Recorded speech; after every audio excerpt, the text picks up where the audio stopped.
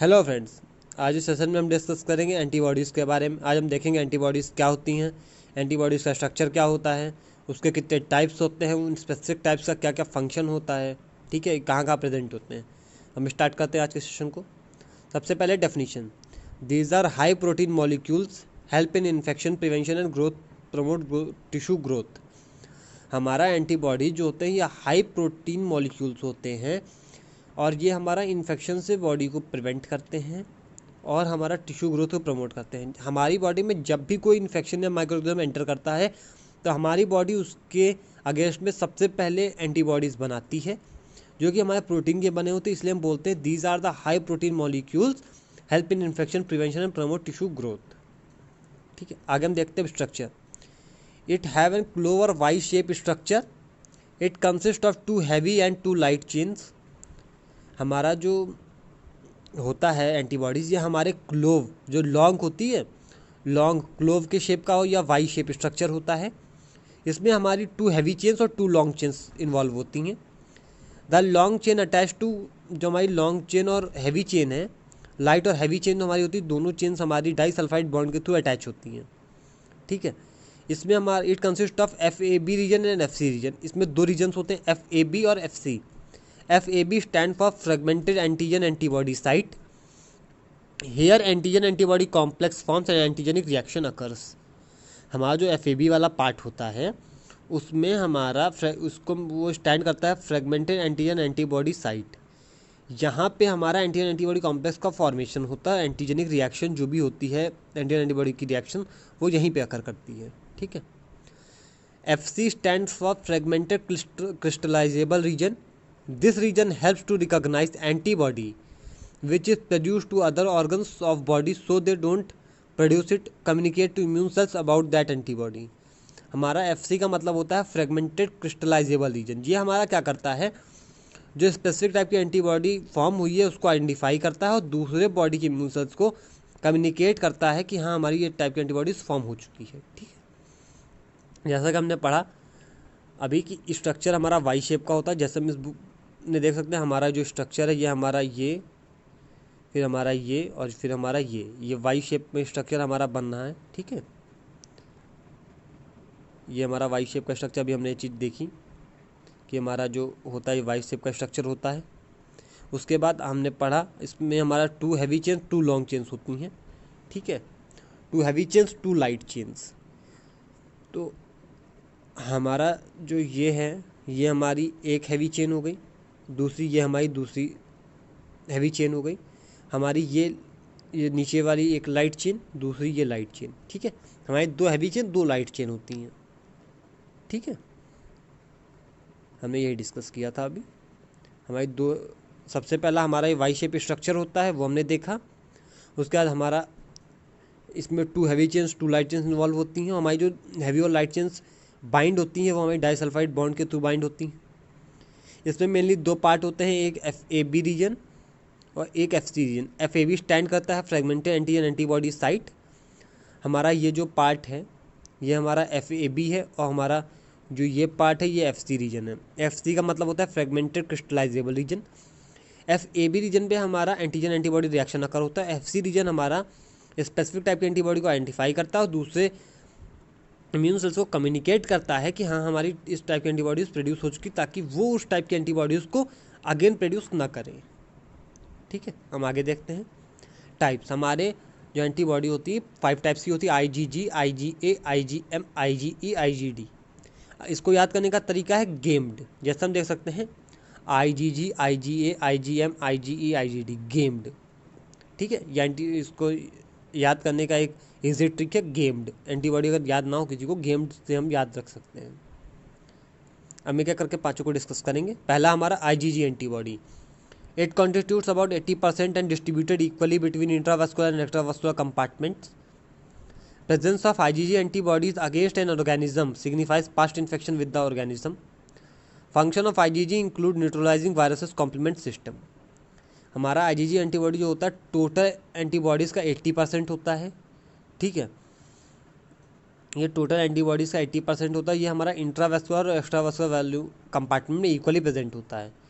हमारी जो IgG antibodies अगर बॉडी में प्रेजेंट है तो ये सिग्निफाई करती है कि इंडिविजुअल को कोई प्रीवियस अगर किसी ऑर्गेनिज्म के अगेंस्ट में अगर कोई आईजीजी एंटीबॉडी फॉर्म हो रही है तो वो सिग्निफाई करता है कि उस इंडिविजुअल को उस तरीके का इन्फेक्शन प्रीवियस हो चुका है। ठीक है, हमारा आईजीजी का फंक्शन होता है कॉम्प्लीमेंट सिस्टम को एक्टिवेट करना, वायरसेस जो भी हैं उनको न्यूट्रलाइज करना।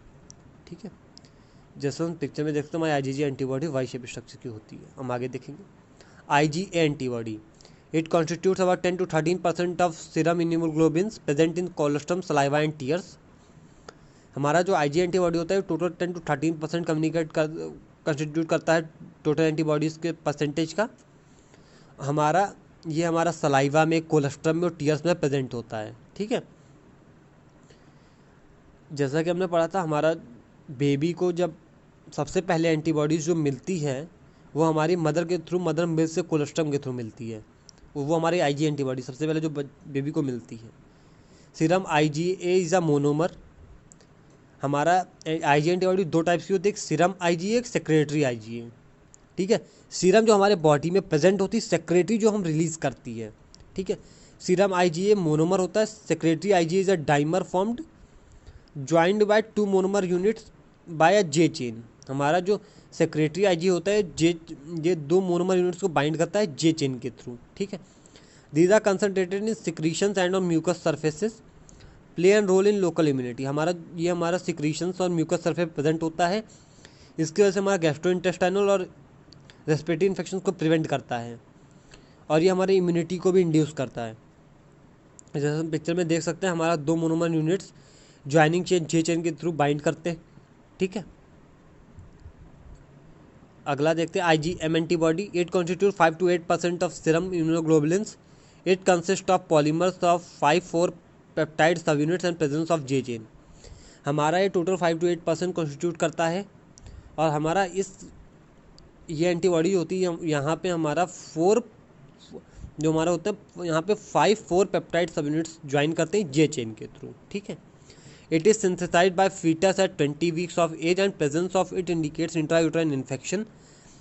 हमारा आईजीएम एंटीबॉडी फीटस के थ्रू 20 weeks पे प्रोडक्शन चालू हो जाता है। अगर ये हमारा डिटेक्ट होता है बेबी के बर्थ के टाइम पे बेबी में कि आईजीएम एंटीबॉडी प्रेजेंट है तो इसका हम यूज़ कर सकते हैं कोई भी कॉन्जेनिटल इन्फेक्शन को आइडेंटिफाई करने के लिए, जैसे सिफिलिस हो गया, एचआईवी हो गया। ठीक है, IgM is first antibody produced during infection and later replaced by IgG. It is confined to intravascular space responsible for protection against blood invasion by micro organisms.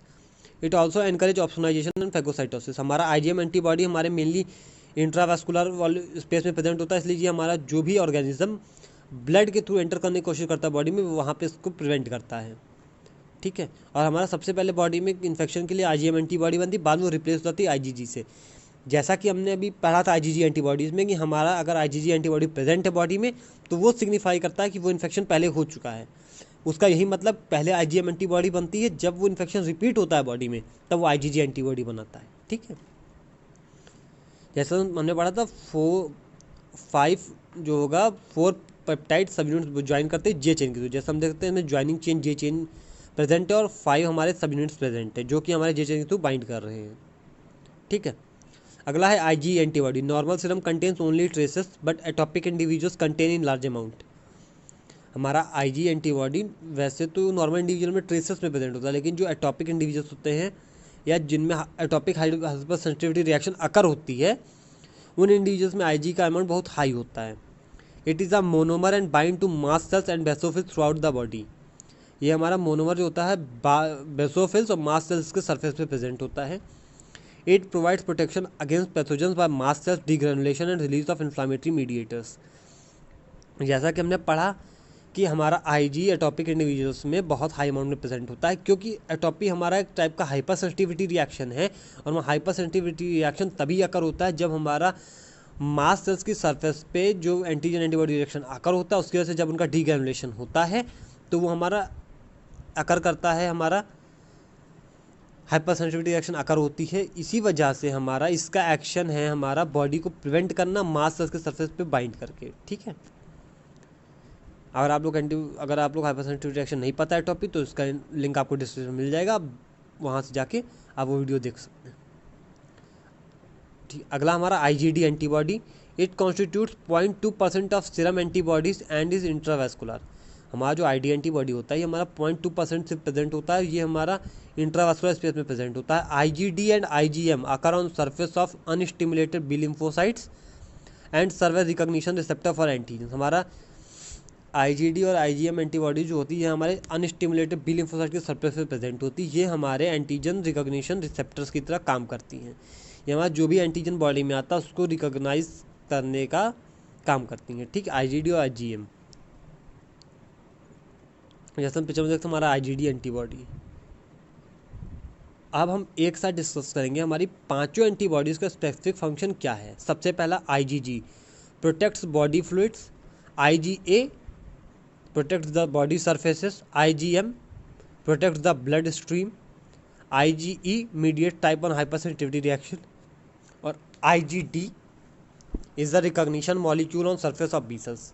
हमारा IgG एंटीबॉडी हमारे body fluids के through infection को enter करने से help prevent करेगा। IgA antibody हमारी जो भी infection body surface mucus surfaces को तो एंटर करने की कोशिश करेगा वहाँ से प्रिवेंट करता है। IgM हमारा ब्लड स्ट्रीम के थ्रू जो भी इन्फेक्शन एंटर करने की कोशिश करेगा उसको प्रिवेंट करेगा। IG हमारा टाइप 1 हाइपरसेंसिटिविटी रिएक्शन को मीडिएट करता है। और IgD हमारा रिकॉग्निशन रिसेप्टर की काम करता है, अनस्टिमुलेटेड बी लिम्फोसाइट सेल की सरफेस पे प्रेजेंट रहता है। ठीक है, आज हमने सेशन में डिस्कस किया एंटीबॉडीज़, उसका डेफिनेशन देखा, उसके कॉजेज उसका मतलब हमने स्ट्रक्चर देखा, उसके टाइप्स देखे। आज से ये प्लान करते हैं। Thank you.